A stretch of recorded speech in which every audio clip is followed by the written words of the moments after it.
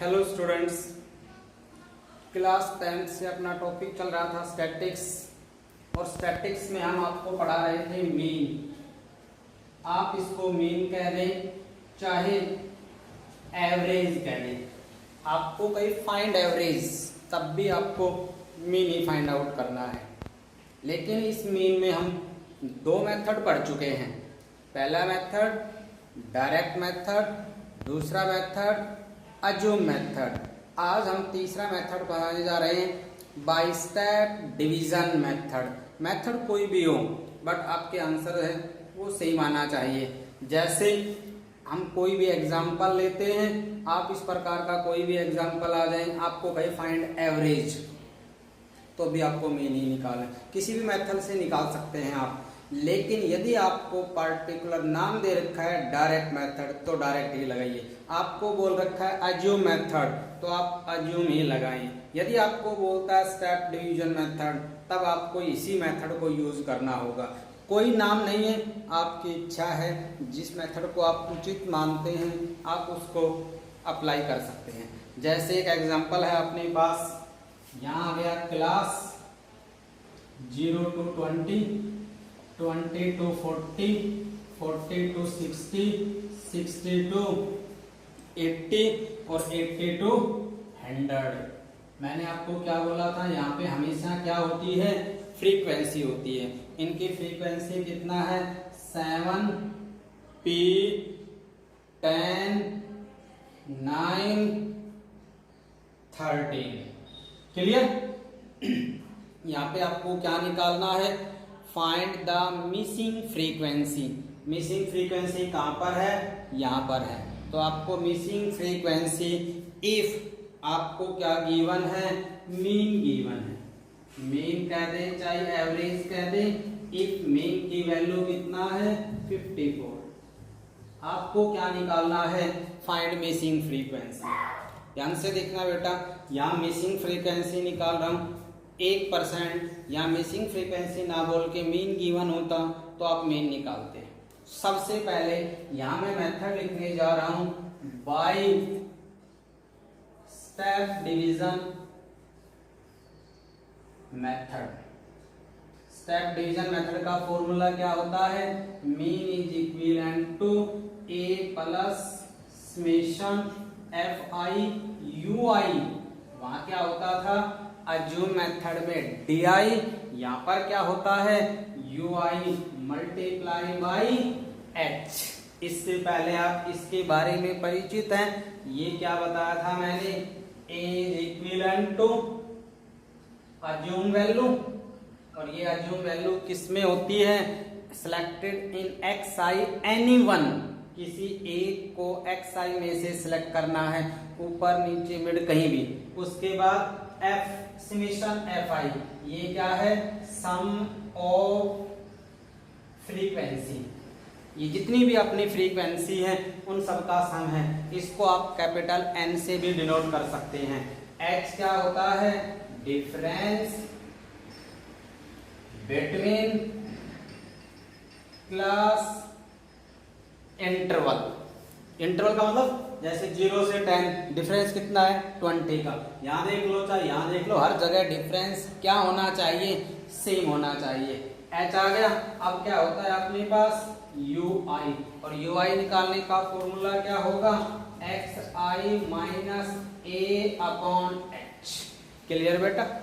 अब देखिए, सबसे पहले अकॉर्डिंग टू फार्मूला मुझे ए की वैल्यू चाहिए, और ए निकालने के लिए मुझे क्या निकालना होगा, एक्स आई निकालना होगा। एक्स आई कैसे निकाला था, sum of the class interval is divide by 2। तो इन दोनों का सम क्या होगा, 0 प्लस 20 डिवाइड बाई 2। ये आ गया 20 अपॉन 2। आंसर क्या मिला मुझे, 10। इन दोनों का सम 20 plus 40 divide by 2, 60 upon 2। Answer क्या मिला, 30। इनमें डिफरेंस कितने कितने का है, 20 का, तो आप भी 20 ऐड कर लें। ये आएगा 50, ये आएगा 70 और ये आएगा 90। ये क्या थी अपनी एक्स आई। एक्स आई में से किसी एक को सिलेक्ट कर लें। अगर आपको एक मिसिंग फ्रीक्वेंसी फाइंड आउट करनी है तो कोशिश करें उस xi को सिलेक्ट करें जहां पर मिसिंग फ्रीक्वेंसी पूछा गया है या कोई लेटर की वैल्यू पूछी गई है, बिल्कुल उसके सामने वाला सेलेक्ट करें तो क्वेश्चन इजी होगा। अदरवाइज हार्ड एंड फास्ट नहीं है कि आप किसी को सपोज करें, आप किसी को भी ले सकते हैं, आंसर फिर भी सेम आएगा। बट मैं उसके सामने वाला ले रहा हूं ताकि कैलकुलेशन करने में क्वेश्चन इजी रहे। तो इसलिए आपने क्या सेलेक्ट किया, 30 किसकी वैल्यू सेलेक्ट की, तो let a is equivalent to 30 और h is equivalent to 20। h क्या बताया, difference between the class intervals. Clear. अब अपने पास ये आ गया फ्रीक्वेंसी का सम, इसका सम कर दूं समेशन fi। अगर जिसमें ABCD का लेटर है उसको अलग रखना है, बाकी डिजिट नंबर को आपको ऐड करना है। 7 प्लस 10 17 प्लस 13 30 और प्लस 9 कितना हुआ अपने पास, टोटल आंसर कितना आ गया 39 प्लस p। ABCD का यदि लेटर है तो आपको सेम सेपरेट रखना है उसको। ये आ गया समेशन fi और उसके बाद ये आ गया fi मेरे को गिवन है बट क्या नहीं है, ui नहीं है।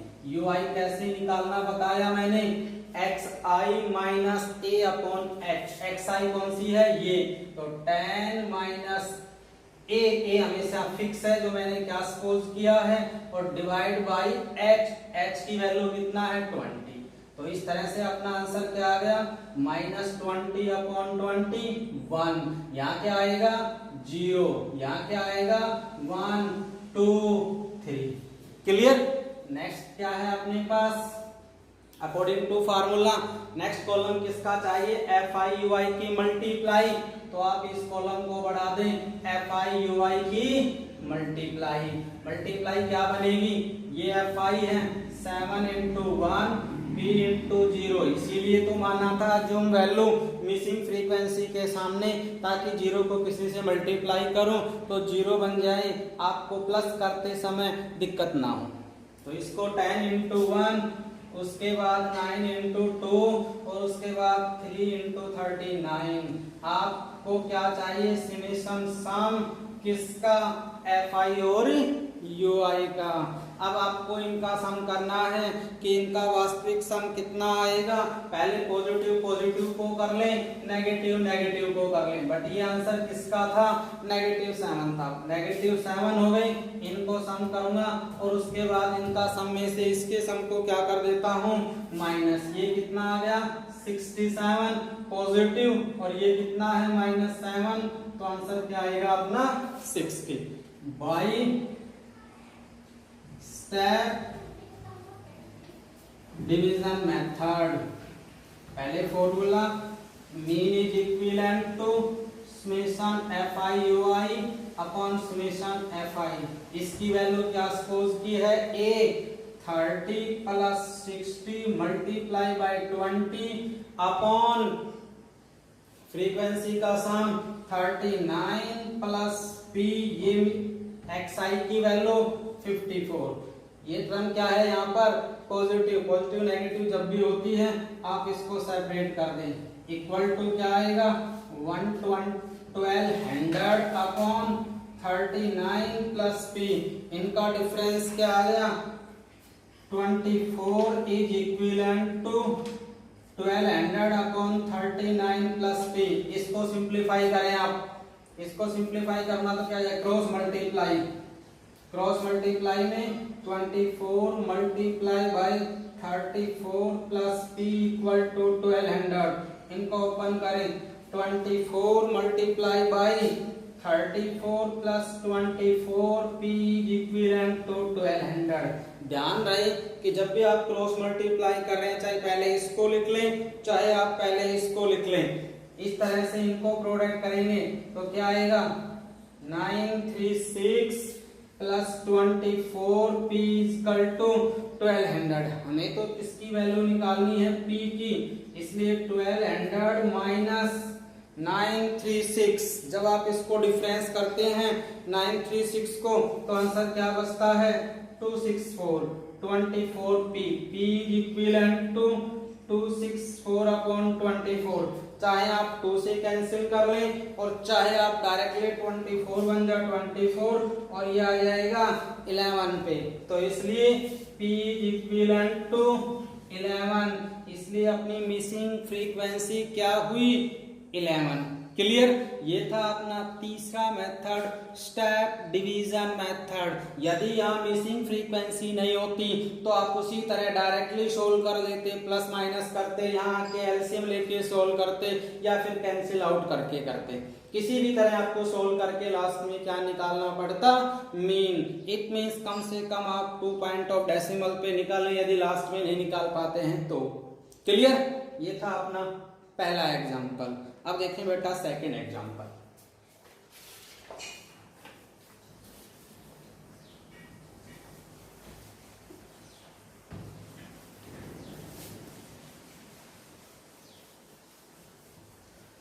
सेकंड एग्जाम्पल एक ऐसा एग्जाम्पल देने जा रहा हूं जो बड़ा ही इंपॉर्टेंट है, प्लस एग्जाम के दृष्टिकोण से इंपॉर्टेंट क्वेश्चन। जैसे आपको कहा जाएगा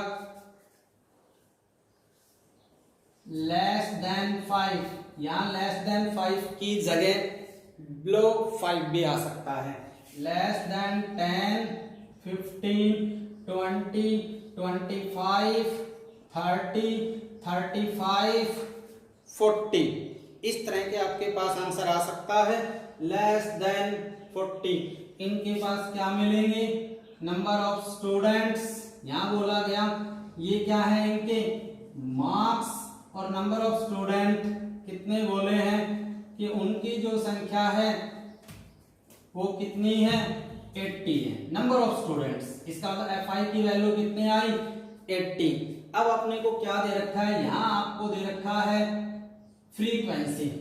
सबसे पहले मेरे को क्या दे रखा है 3, यहां पर क्या दिया 10, यहां क्या दे रखा है 25, यहाँ पे 49 और यहाँ पे क्या है 65।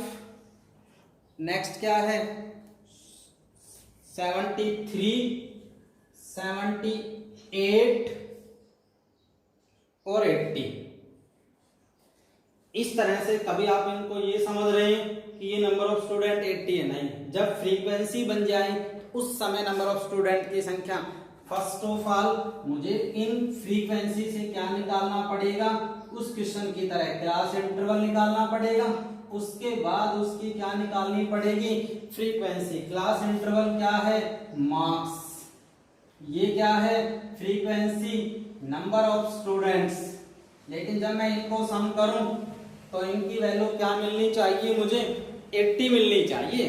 फिर इसने बोला फाइंड मीन, लेकिन ध्यान रहे लेस देन 5। जैसे मैं आपको एक एग्जांपल देता हूं, मैंने कोई भी टेस्ट लिया और मैंने क्लासरूम में आके बोला आपको आंसर शीट दिखा दी गई और आपको कहा कि लेस देन 5 मार्क्स वाले बच्चे खड़े हो जाएं।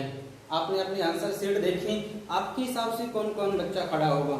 जिस बच्चे के मार्क्स 0 आएंगे वो खड़ा होगा यदि नेगेटिव मार्किंग नहीं है तब। जिस बच्चे के मार्क्स 0 पॉइंट समथिंग है 1 वाला खड़ा होगा, 1 पॉइंट समथिंग है 2 वाला खड़ा होगा, 2 पॉइंट समथिंग है 3 वाला खड़ा होगा, 3 पॉइंट समथिंग वाला भी होगा। और ऐसे करके अपना इंटरवल क्या होगा 0 to 5। अब एक बच्चा कहेगा, जैसे आपको क्या बोलता है क्लास में कोई ऐसा बच्चा होता है सर 5 मार्क्स वाला खड़ा हो ना हो तो मैं क्या बोलता हूँ 5 वाला तो बैठ जाए। जैसे आपने पढ़ा होगा या सुना भी होगा कि उस बच्चे के मैथ में 33 मार्क्स आए हैं, इसका मतलब पासिंग मार्क्स 33 है। क्या 33 वाला बच्चा पास होगा या फेल, वो पास माना जाएगा। तो इसका मतलब ये इसकी कैसी वैल्यू हुई मिनिमम वैल्यू, ये इस इंटरवल की कैसी वैल्यू हुई मैक्सिमम वैल्यू। क्लियर। लेकिन ये वैल्यू यहाँ पे इंक्लूड नहीं है। अब मैंने आपको क्या बताया कि नंबर ऑफ स्टूडेंट थे उनकी संख्या कितनी है। जब मैंने कहा कि बिलो 5 वाले खड़े हो जाएं तो क्लासरूम में कितने बच्चे खड़े हुए 3 बच्चे खड़े हुए। तो इसका मतलब मेरे को ये नहीं पता कि तीनों 0 नंबर वाले हैं 1 वाले हैं 2 वाले, बट इतना जानता हूं कि 5 से कम नंबर वाला बच्चा है। अगला इंटरवल क्या है, बिलो 10। फिर मैंने कहा कि चलो एक बार तो सारे बैठ जाओ। अब आप क्या करो, लेस देन 10 वाले खड़े हो जाओ। क्या लेस देन 10 की बोलिए बोलूंगा तो क्या वो बच्चा खड़ा होगा या नहीं होगा जिसके मार्क्स 1 आया होगा? फिर आप कहेंगे सर वो तो खड़ा होगा, खड़ा होगा तो वो बच्चा इसमें भी शामिल है। तो इसका मतलब लेस देन 10, यहाँ 0 नंबर लेता हूँ और यहाँ पर यदि 10 लेता हूँ, ये बच्चे खड़े हो गए और इनकी संख्या लेस देन 10 में इनकी संख्या कितनी है, वो 10 है।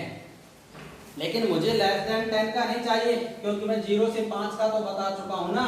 0 से 5 में कुल कितने बच्चे बीच में हैं, 3। लेकिन यहां से यहां तक कितने बच्चे हैं, 10। तो इनका गैपिंग में ये गैपिंग कितनी आई, फिर ये गैपिंग कितनी बचती है अपने पास, 7 बचती है। इसका मतलब ये करें कि आप इन नंबर में से इन नंबर को माइनस कर दें क्योंकि ये टोटल ऐड है ऐसे। तो आप क्या करें, 0 से 5 के बीच में 3 हो गए तो 5 से और 10 के बीच में कितने आए, 7 ही होंगे ना, क्योंकि टोटल कितने हैं 10। तो इसका मतलब कितने होंगे, 5 to 10, 10 to 15 और 15 to 20, 20 to 25, 25 to 30, 30 to 35 और 35 to 40।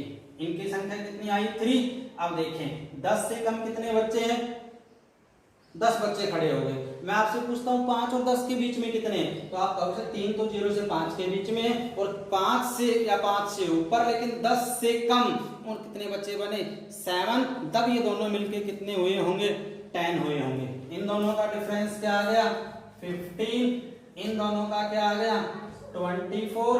इनको इनमें से सब्ट्रैक्ट करूंगा तब अपना आंसर कितना आ जाएगा, 16। इनको करूंगा तब कितना आएगा, 8। इनको करूंगा तब कितना आएगा, 5। इनको करूंगा तब कितना आएगा, 2।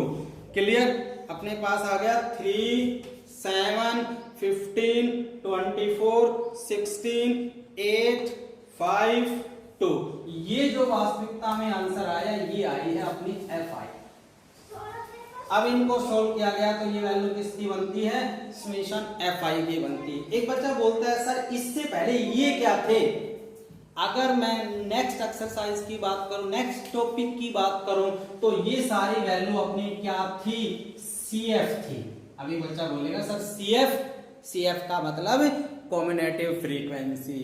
अब कॉम्बिनेटिव फ्रीक्वेंसी आप बोलेंगे सर ये तो पढ़ा है नहीं, या ये कब करवाऊंगा, अगले एक्सरसाइज में जब आप मीडियन निकालेंगे तब CF का जिक्र करेंगे। लेकिन हमें CF नहीं चाहिए, CF से क्या बनाई मैंने, FI बनाई। अब तो लगा सकते हैं आप क्या, बाई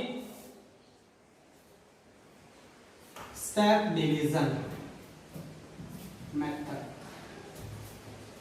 मीन कह दें चाहे एवरेज कह दें, A plus summation FI UI upon summation FI multiply by H। बार बार बोला हूं ये अपॉन का साइन A के डिवाइड में नहीं है। A क्या है यहाँ पर, सेपरेट है। काफी बच्चे क्या लिख देते हैं, एक लंबी लाइन लगा देते हैं, तो इसका मतलब दैट इज रॉन्ग। तो A सेपरेट है, ये टर्म, हाँ ये दोनों मल्टीपल है। इसमें H को पहले लिख लें, चाहे समेशन FI UI को पहले लिख लें। इससे आगे तो आप कर सकते हैं।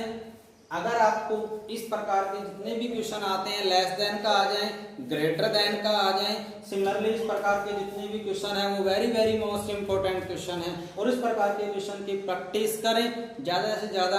यदि आपको कोई प्रॉब्लम होती है तो आप कमेंट करके बता सकते हैं, आपकी प्रॉब्लम को सॉल्व किया जाएगा। Thanks, have a nice day.